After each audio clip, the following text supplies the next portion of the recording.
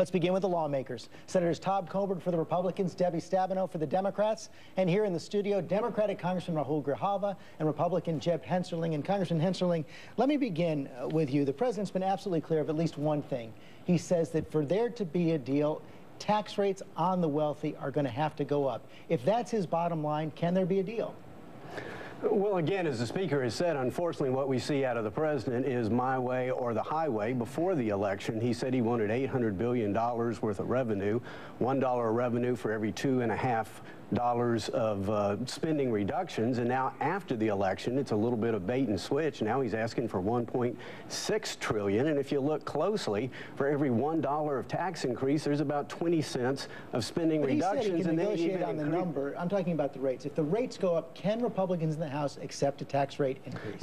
No Republican wants to vote for a rate tax increase. I mean, what that is going to do, according to the National Federation of Independent Business, that commissioned a study by Ernst & Young, is cost 700,000 Americans to go from having paychecks to unemployment checks. Because of what that's going to do to the economy, George, hardworking Americans are going to see a 2% reduction in their paycheck if they keep them. Listen, the president, again, if he would do what he said before the election, as opposed to the bait and switch, what Republicans feel like is a little bit like Charlie Brown running to kick the football and Lucy pulls it away. Let me bring but ultimately, it's a spending problem. That is where the problem is. The American people know it. And this talk of taxes is almost irrelevant to the size of the trillions and trillions of debt. But not to the president's negotiating position. Let me bring that to Senator Coburn, because you've signaled, Senator, that you could sign on to a tax rate increase, provided that the president and the Democrats come forward with significant spending cuts and entitlement reform. So what is it going to take for you to sign on to a tax rate increase? Well, significant entitlement reform. The real problem, the president's proposing 7% of the solution. What we ought to be working on is the other 93%, because even if you do what he wants to do on tax rates, you only affect 7% of the deficit. What we have done is spend ourselves into a hole, and we're not going to raise taxes and borrow money and get out of it. And so, will I accept a tax increase as a part of a deal to actually solve our problems? Yes, but the president's negotiating with the wrong people. He needs to be negotiating with our bondholders in China. Because if we don't put a credible plan on the discussion, ultimately we all lose. Well, you've got your colleague, Senator Debbie Stabenow from Michigan, Democratic colleague in the Senate, right on the screen as well. Can you just say quickly what it's going to take? Because I want to see if she can accept the kind of entitlement reforms and spending cuts that you're talking about. Well, we've got to quit playing the game, George. You can't continue to lie to the American people. There is no way to fix Medicare under the guidelines that AARP, with our tax dollars, are using to now advertise to say don't fix it. We need to fix it, and the way to fix it is to control the costs, and the way to control the cost is to have more individual participation. And there's a lot of ways to do that, but you can't play the game and hide. Medicare and Social Security and Medicaid, if those aren't fixed, if we're not honest about how to fix them, and the fact that, yes, everybody in this country will have to participate in some discomfort if we're going to get out of this hole. And as long as we continue to lie to the American people that you can solve this problem without adjusting and working on those programs, it is dishonest and beneath anybody in Washington. So, Senator Stabenow, you heard it right there. Medicare, Medicaid, and Social Security all have to have significant reform. Everyone's going to have to sacrifice. Can you accept that? George, let's look at the facts first of all. There are three parts of the stool here to solve this problem. One, spending. We've already agreed to $1 trillion in spending reductions. Two, Medicare and entitlements. We've already agreed to over $700 billion in spending reductions on Medicare, starting by cutting overpayments to insurance companies. Three is making sure the wealthiest in the country contribute to solving the deficit problem. That's what hasn't passed. So for us to continue on this, we have to have the Senate bill that continues tax cuts for middle-class families, that says to the wealthiest among us, you're going to chip in, you're going to be part of the solution. The House just needs to pass it. That would mean we would have done something on each of the areas that my colleagues are talking about. Then we have to take another step on all three of those. But right now, the only thing I hear, the only thing we see is middle-class families being asked over and over again to be the ones who have the burden in solving this problem. Your position is, and we're saying no. So your position for now is clear. No more reforms in Medicare or Medicaid until the middle-class tax cut is extended. Congressman Grijalva, is that your position? Yeah, it is. And I think that when we look at the deficit debt creators, that we have to look at that as the source of revenue as well, to begin to solve this problem and to balance it. When I talk to the business folk in my district, the guy who sells furniture up the street in neighborhoods that were hit hard by this recession, they're not asking, oh, what's going to be my tax rate or what's the tax situation. They're looking for customers. And part of this whole crisis that we're talking about is about jobs and the ability to generate, that this government generate jobs to put Americans to work and put Americans back in a secure place for their families and correspondingly to help the businesses of this nation. So I really think that what we're doing is ignoring other sources. We're ignoring the loopholes.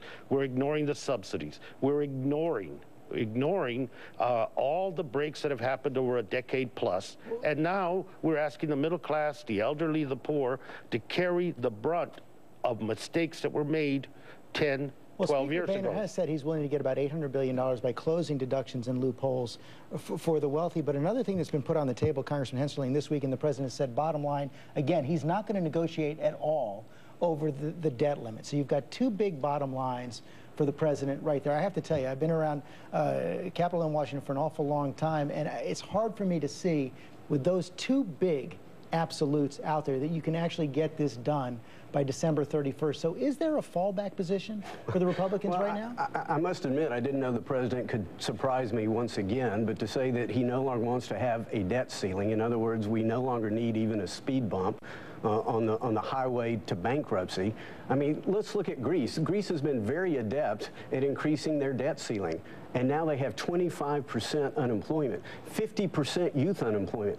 There are people who can't even find jobs in cities who are having to move out, according to press reports, into rural areas to subsistence agriculture. I mean, that could be our future. As Tom said, if you gave the president every job-harming tax increase that he's asked for, it's about 3% of the spending.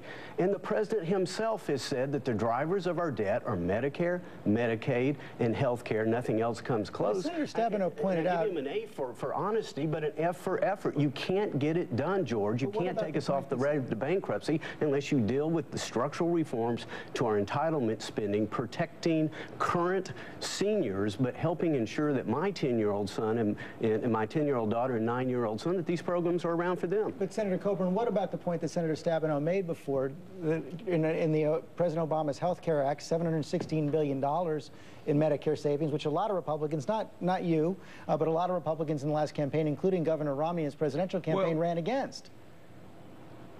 Well, George, first of all, the $700 billion in savings doesn't save the government a penny, because what it does is it takes that $700 billion and spends it on other people.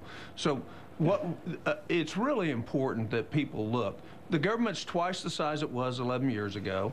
We've seen the president demand that we're going to solve 7% of this problem, but he's totally inflexible on the other 93%. It doesn't really matter what happens at the end of this year, because ultimately the numbers and the bondholders throughout the world will determine what we'll spend and what we won't. So we can play the political game that is being played out in Washington right now, or we can actually be absolutely honest with the American people and say, Medicare's going bankrupt, Social Security bankrupt, disability will be bankrupt in 2 years, Social Security Trust Fund will be bankrupt in 5 years, Social Security total will be bankrupt in probably 16, 17 years. Those are worst case scenarios by the trustees of both those organizations. So we can play the game, and that's what we're facilitating this morning. But the fact is we're spending money that we don't have on things we don't absolutely need, and there's no grown-ups in Washington that will say, time out, stop the politics, let's have a compromise, rather than continue to play the game through the press and hurt the country. We're already going to get another debt downgrade just from what's happening now, because nobody in positions of power are willing to do what is important and necessary for our country. Senator Stabenow, George, go ahead. If I might just jump in, George, on that one, first of all, and say Social Security is not going bankrupt. We're making reforms in Medicare. In fact, the costs for Medicare Advantage have gone down, the premiums, by 7% for seniors, because what we've done. But what's going to happen at the end of the year if the House doesn't act is middle-class families are going to see a tax cut or tax increase that's going to be at least $2,200 per person. And I can tell you from one of my constituents who said that's 4 months groceries for her family. So there's a lot of talk. I agree with my colleagues, a lot of talk, but there's one thing that's very clear. At the end of this year, if the House of Representatives does not pass the middle-class tax cut, we are going to see middle-class families across this country paying at least $2,200 more in taxes they can't afford, all because they're trying to protect the wealthiest few from getting another round of tax cuts we can't afford. So let's start there. I bet we would all agree with that. I want to bring that to Congressman Grijalva, and you're going to get the last word. But what if the Republicans do call the president's bluff, pass the tax cut extension for the middle class, but nothing else? That's going to mean no extension of unemployment benefits. The sequester kicks in, cuts in both domestic and defense spending, and the president will have no more leverage after that fact. Isn't that true? I think the leverage is there for the president, George. I really do. I'm happy the president and the Democrats are not negotiating with themselves this round. They're actually negotiating with people that are in a position in the House to make the decisions. And if the middle class if that's the vote we take, that is a good vote. It is a step toward in a direction. But I think that one of the issues that's being left alone in this whole discussion is the amnesia, how we got into the situation, who's responsible for the situation, and to blame the three programs that we're talking about, Medicare, Medicaid, and Social Security, as the drivers of this deficit is a mistake. The drivers happened long ago. 2 wars on a credit card, financial institutions that abused the American people, and now we're being asked to go back to the same people that have endured this crisis and ask them to pay up again. So clearly the differences are still wide among you four, presumably between the president and the speaker as well. Thanks for coming in today. Our Powerhouse Roundtable is coming right up.